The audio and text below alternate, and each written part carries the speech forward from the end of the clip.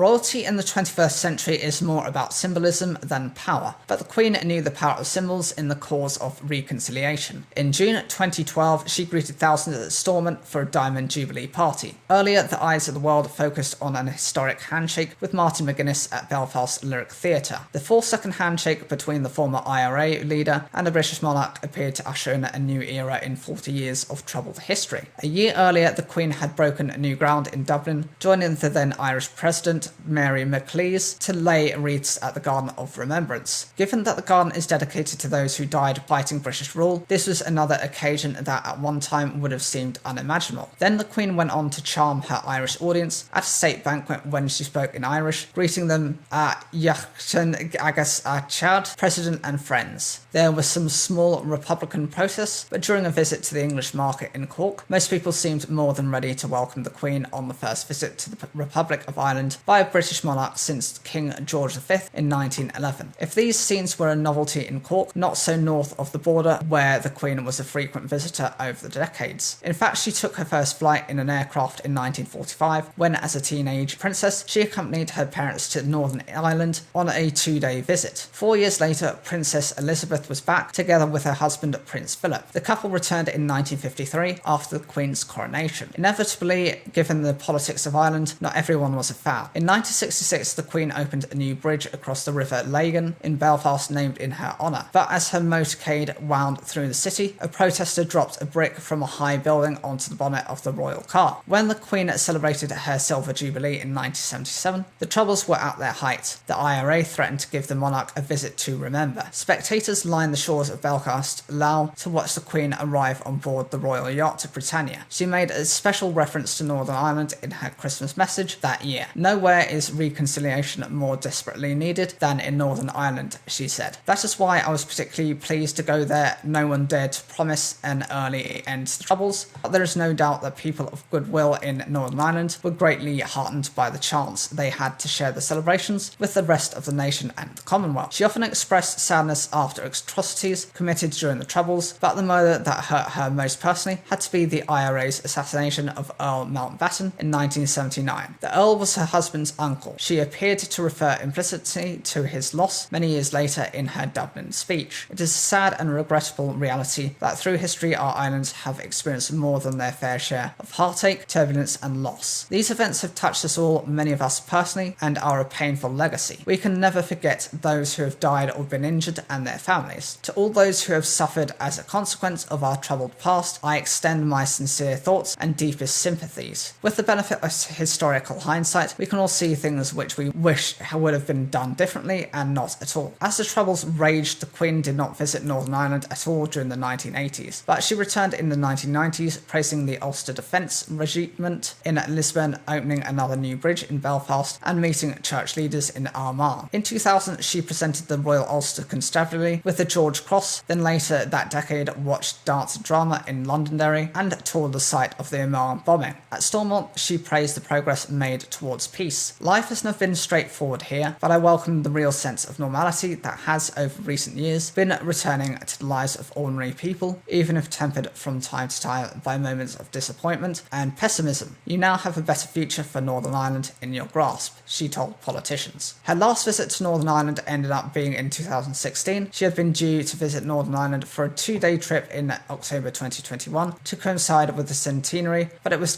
cancelled on medical advice. This was perhaps when the public first became aware of concerns surrounding the then 95-year-old's health. Throughout her reign, the Queen remained painfully aware of the tragedies that beset Northern Ireland, but she seemed to take heart from the knowledge that she could play an important role in helping people put the past in perspective and concentrating minds on what she hoped would be a brighter future.